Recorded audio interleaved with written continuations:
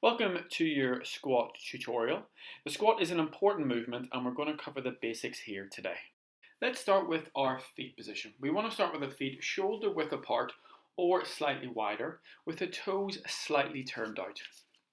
Pull your shoulder blades back and keep your chest proud and pull your belly button into your spine. This is going to help you engage your core throughout the movement.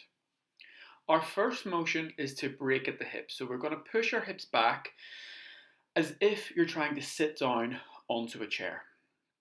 When we do this, we want to make sure that we keep our weight on our heels and not the balls of our feet.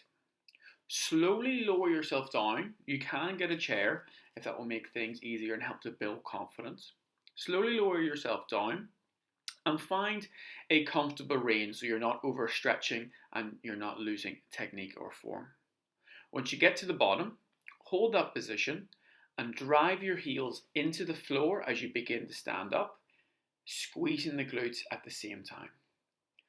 All the way throughout, keep your shoulders pulled back, keep your chest proud, as if you're trying to show someone the logo on your t-shirt.